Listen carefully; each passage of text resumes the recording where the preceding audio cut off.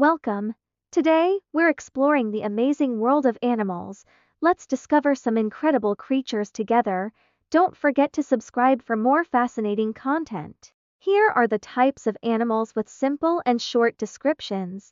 Types of animals: marsupials, kangaroos, large, hopping animals with pouches, koalas, tree dwellers that eat eucalyptus leaves, possums, nocturnal, tree-living animals, wombats, burrowing animals with short legs, monotremes, platypus, egg-laying mammals with duckbills, echidnas, spiny, egg-laying mammals, placental mammals, primates, includes humans, monkeys, and apes. Carnivores, meat-eaters like lions and bears, herbivores, plant-eaters like elephants and deer, rodents, small mammals like mice and squirrels, reptiles, lizards, scaly animals that can shed tails, snakes, legless, elongated reptiles, turtles, animals with hard shells, amphibians, frogs, jumping animals with aquatic and land stages, salamanders, moist-skinned, lizard-like animals, caecilians,